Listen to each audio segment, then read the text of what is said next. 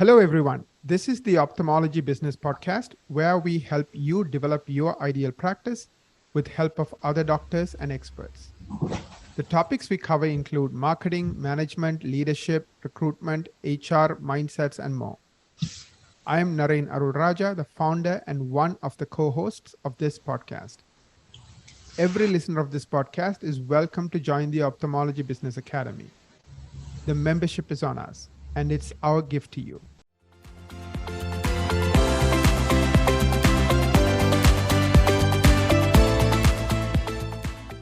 Today, I'm excited to talk to Sarah Duval about leadership. But before we jump in, I just want to take a minute to thank Sarah for joining us. She's going to be one of our co-hosts. She brings close to 2 decades of experience in ophthalmology as an administrator, as a manager, and she's going to provide a dimension to our conversations because of her perspective. Before we get started, Sarah, I want you to take a minute to tell us a bit about yourself. Who are you? How did you get into ophthalmology? Where are you today? Tell us your story, please. Well, thank you. I'm very excited to be here and to be a part of this up-and-coming podcast. So I sort of stumbled into ophthalmology. I had graduated from college. It was May of 2001. And in June of 2001, I started at Concord Eye Care because I didn't have a job lined up after college, and I knew someone who worked at Concord Eye Care, and they were in need of technicians. And I was having a conversation with one of my uncles who said, you should try to get into medical. Medicine, healthcare is never going to look bad on a resume. So I reached out to somebody at Concord Eye Care that I knew, and I went in to shadow for a couple of hours and see what it would be like to be a technician. I was in the practice shadowing, seeing what this was all about. I was being taken around, meeting some different people. And I met a young lady named Tennille, who was the refractive surgery coordinator. And she actually had just given her 2-week notice. She was from upstate New York. I'm in New Hampshire. She was from upstate New York, and she had decided to move back there. So the story goes that after I parted ways from the conversation with Tennille, she went straight to the administrator and said, I don't know who that girl is, but I want her to have my job. There was just something about me that was very similar to Tennille, and she was very good at the job, and she saw something in me, and she thought I would be good at that job. So the administrator talked it over with the refractive surgeon, and he said, sure, why not? So I was hired actually as the refractive surgery coordinator with no ophthalmology experience at all. Everything I was learning on the job. She would stay after work for those 2 weeks before she left and teach me everything that I knew. I would come in during the day and observe her, but then we would sit after work for a couple of hours, and she just taught me and imparted all of her wisdom on me. And so that's how I got into ophthalmology. A couple of years later, the refractive surgeon, he was starting to think about retiring, and so he was starting to slow down his clinic. And I was finding that as much as I loved the job, it wasn't keeping me busy enough anymore. It just wasn't enough. So I actually took it upon myself to go back to shadowing the technicians. And I thought, well, maybe I could do some clinical work to fill my time. So I started that, and then that ended up being more, I wasn't taking patients in and working them up so much as doing diagnostic testing. And then we ended up hiring a retinal specialist, and I somehow became his retinal photographer doing the fluorescein angiographies, all the while also still doing refractive surgery, although it wasn't super busy. I ended up actually leaving Concord Eye Care, leaving ophthalmology altogether for about 4 years.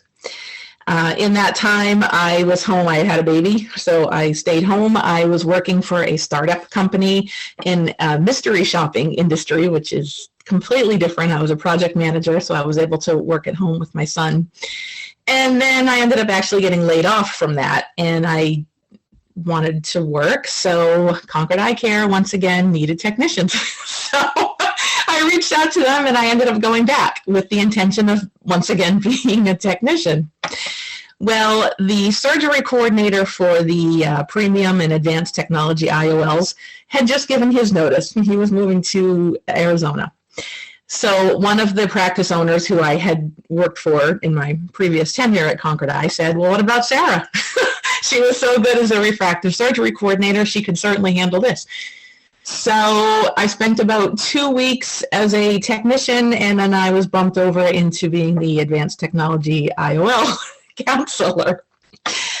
So then as part of that, I was doing some marketing and promotion on my own. We had retained an agency that really wasn't doing a whole lot for us. And so I was sort of just taking it upon myself to do my own marketing. And then I was quickly, it was quickly noted that I had a real aptitude for doing that. So then we ended up merging with the other practice in our town. And so I was doing some marketing as we navigated that, becoming 2 practices merging into one. And then I became the marketing coordinator. Again, at this time we had a different agency. It was the agency that the other practice had been using. So I became sort of the marketing coordinator, working with her, and then I ended up just flat out replacing her because I was doing things that were frankly better than what she was doing, and we were paying her a lot of money. So I became the director of marketing and business development, and now I also am the front office manager. So that's kind of my right place at the right time story in ophthalmology. I've always made it my business to learn other areas of the practice so that I would be seen as someone who would be valuable, somebody who could grow with the practice, someday grow the practice. I did somewhere along the way get my certified ophthalmic assistant, the COA credential. In 2020, I got the COE credential, which is the certified ophthalmic executive, which is an elite certification. I think there's only maybe 300 of us, 300-ish in the entire country. So there's those things. I have written a few articles for Administrative Eye Care magazine. I serve on the national board for the certification of ophthalmic executives. I am currently the vice president of the board. And now here I am with yet another adventure, another challenge, being a co-host of this podcast. So getting into ophthalmology, like I said, I stumbled upon it, but it's really been a great career for me. It's opened a lot of doors, and it continues to open a lot of doors. Thank you. Appreciate that. I think you bring an awesome perspective, as an insider who looks at the business side, the marketing side, as well as the most important part of a practice is the front office. So, dealing with patients, callers, etc. So I'm looking forward to, your expertise and your thoughts on this. Let's jump into our topic today, which is all about leadership. So let me ask you the first question I have on that, Sarah. What does it mean to lead with intention? Because I know it's a buzzword. Everybody's talking about lead with intention. So yes. I'm sure you have heard of it too. So, and I'm sure you know a thing or two about it because you've been studying it and practicing it. What does it mean to lead with intention? So for me, leading with intention means that I provide a purpose or a clarity to try to inspire and motivate others. And with the goal of us carrying out actions that we need to achieve in order to get some desired results, right? So with the front desk, for example, one of the desired results is making sure that we are collecting a lot of money up front for the revenue cycle management. So I make sure that I'm very clear with my team in that this is their purpose. Your purpose is more than to just provide good customer service to the patients when they walk in the door. Obviously, good customer service, professionalism, friendliness, empathy, those are all things that are important. But Also, it's very important to make sure that we are collecting the money that we need to collect. I think that it's often overlooked how vital to the revenue cycle front desk is.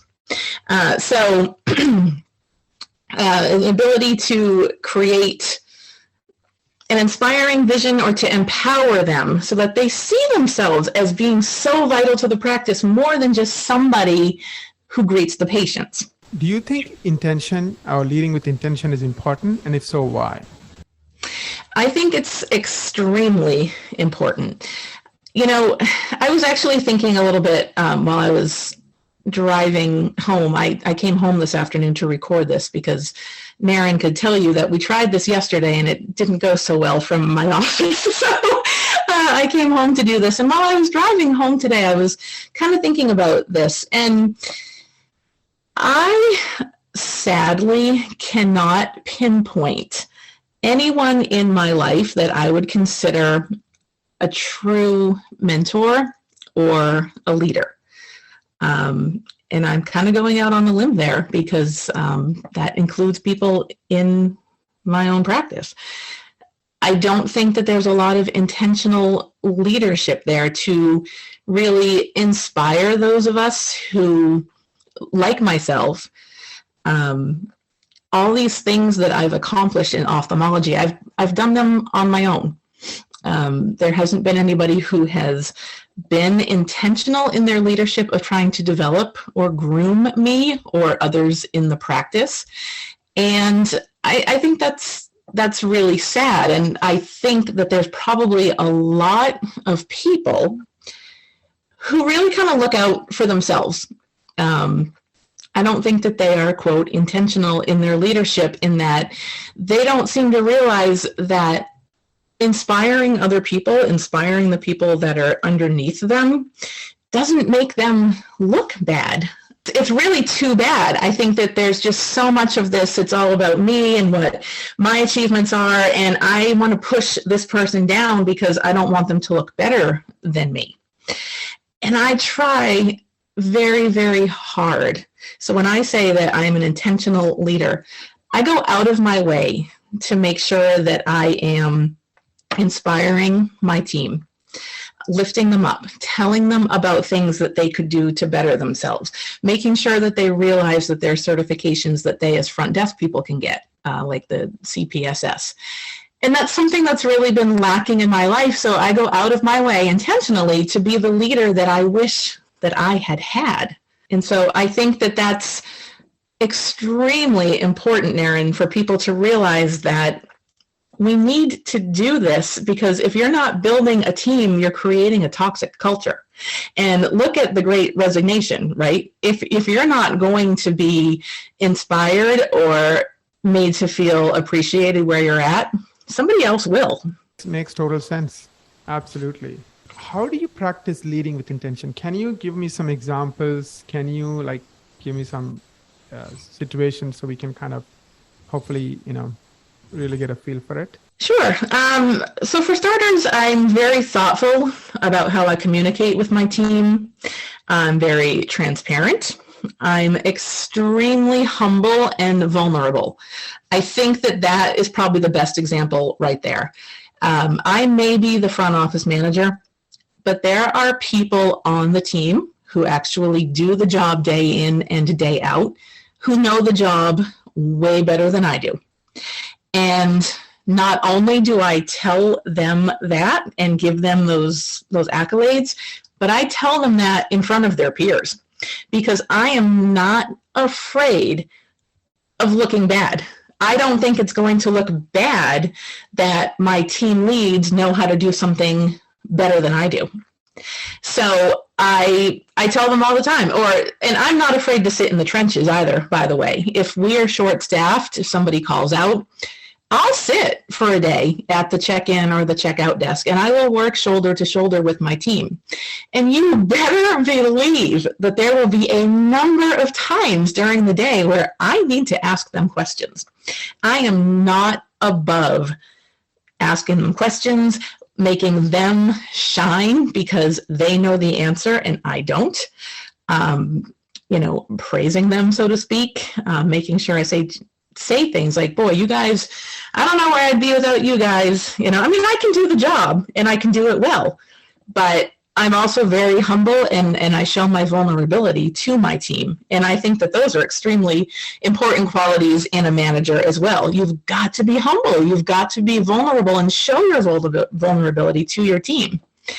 And I think that that's something that I'm very good at. It does not bother me. I don't see it as a threat that, Tammy knows something about the job that I don't know. So I'm extremely intentional just in that one little act, is making sure that they realize how good they are at that job. It's not an easy job. Before I even took over the front desk, I was guilty of thinking that it's kind of an easy job, but it's really not. There's so much that my team needs to know. And so I make sure now, that's another way that I'm intentional, is I make sure that other people in the practice realize how difficult that job is, because it's not as easy as everyone thinks it is. And I don't think they'd ever really had a manager before who led like that and really had their back. So that's another thing that I bring to the table that's very intentional, is making sure that they realize how much they are appreciated, how vital their role is to the practice, and making sure that other people in the practice realize that about them as well. And it's made a difference. I can see from the time that I took over as their manager until now, I can see the difference in the way that they communicate with each other, how they're happier in their work, the things that they say directly to me. This style of leadership has definitely created a much more positive culture among the front office than what previously existed. What do you think about inclusion, Sarah, as a leader? Is there a way, what is it and how would you practice it? For me, what I think of in the simplest terms with leading with inclusion is more along the lines of, let's say, favoritism. I think you'd be lying if you said, as a leader, as a manager, that you didn't sometimes play favorites. There's always going to be somebody on the team who is a rock star. There's always going to be somebody who really struggles. There's always going to be somebody who you jive with personally a little bit more than somebody else. You've got to learn to put that aside and not show it. You have to include them all, give them all the same tasks, the same responsibilities, the same, level of importance. Of course, there's caveats to that. If you are giving somebody an extra task and maybe they're not really that good at it, frankly, and so you're not going to have that person continue on doing a task that they're not good at, right? But you have to be so careful, and it might seem so obvious, but unfortunately I don't think it is that obvious to some people. You have to at least give everybody the same chance. Give them all the same chance to shine. And so that's what I do. I do have team leads. I may filter some things through the team leads, but those team leads know that they are to farm out these tasks equally to everybody. Don't just go straight to Kathy, because Kathy's a workhorse and Kathy's going to get it done, when Mary Jane over here, maybe not so much, so you're not going to give her the opportunities. You need to give them all the opportunities, because Mary Jane might actually surprise you. She may actually shine at something that you didn't realize she was going to shine at. And you wouldn't know that if you hadn't given her, if you weren't inclusive and given her the same opportunities. So you probably, leading with inclusion, I think there's probably more places we could go with this, but I wanted to sort of just keep it more in these simplest terms, because I think the purpose of this podcast really is for actionable items, right? And I think that keeping it simple, keep it the KISS method. keeping it simple is someone's going to listen to this and say, oh, yeah, I might be guilty of doing that. And it's just a small actionable thing that they can really take a look at and realize maybe I'm kind of guilty of that. Maybe I'll try it this way. I think inclusion is such an important practice because you're right. Sometimes, there are a lot of people who are talented, but for some reason they don't get the opportunities to shine or grow. It's not only a loss for them, but it's also a loss for the team. And I wonder if sometimes that is because the quote unquote leader isn't really a leader at all. And they are so worried about somebody else shining in an area instead of them being able to shine in everything. And so they kind of keep you down, because they're afraid it's going to make them look bad. And that might be a manager. That's not a leader, and I think, unfortunately, there's a lot of managers everywhere, not just in healthcare, not just in ophthalmology, obviously. There's a lot of managers who that's their style. They are not leaders. It is managers and leaders are completely different things. You can be both, of course. You can be a manager and a leader. But there's a lot of managers who are just managers, and they're not leaders. They're not inspiring.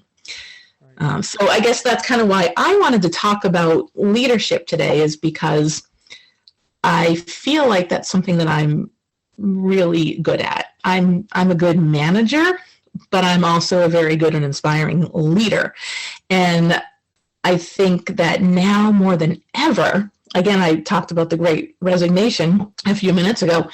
I think now more than ever, you need to make sure that the quote managers in your organization are leaders. Because if they're not, like I said, it could lead to a very toxic culture. And then you're just going to have people, a mass exodus from your company. Because if you're not going to take care of them and inspire them and lead them and appreciate them, somebody else will. That makes total sense. Last question, leading with intention. It is trendy, it's a buzzword. Do you think this will last, or do you think it is actually trendy and it just is one of those things that people are talking about but might change? I think it's really here to stay. And I think that this actually comes right on the heels of what I was just saying. I think people, their eyes have really been opened. I think people have become a lot more self-aware, much more vocal about their wants and their desires and even their boundaries. I think people are much better at setting boundaries now. And they're not afraid. People are not afraid to leave a company due to poor management. There's something that I've seen on social media, I feel like probably all the platforms, but definitely on LinkedIn, where it says something about people don't leave a company. What is it? People don't leave companies, they leave managers, or something along those lines. And I think truer words were never spoken. It's so true. If you have a poor manager and it's just creating a bad culture, sucking the life out of the team, they're going to start to leave. You're going to start to lose really good people. And I think now, like I said, people are more self-aware. People are less likely to put up with that. So I think that our eyes have really been opened to this. And I don't think, yes, it's kind of a buzzword now, but I don't think that it's going anywhere. I think that we as organization leaders and managers really, really need to be aware that this is the world that we're in now. You need to be putting leaders into place and not just managers. You need to find somebody to fill these roles who are both, who are managers, because the show must go on, right? The business needs to run. We need to make a profit. You need someone who can manage and make sure that tasks are getting done.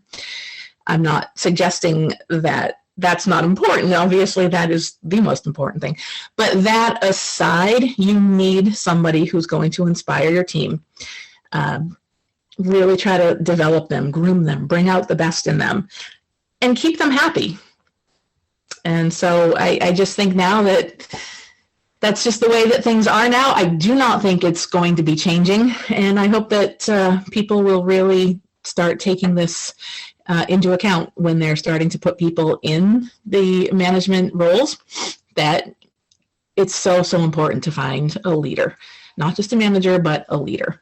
Because you don't want to lose your good people to another company, because they've already figured this out and they do have leaders in place. Right. Thank you so much, Sarah, for this wonderful conversation. As we wrap up, any final thoughts? I don't think so. I mean, I could probably go on and on. I do like to talk. So I think it's probably best if we just leave it here. But I really appreciate you, taking this time to have this conversation with me. I hope that it will add value to someone's day, and that they'll be able to take a few little nuggets in the way that they look at things, and maybe it'll help them. Absolutely. Thank you so much, Sarah, for joining us today and talking to us about leading with intention. We appreciate it very much.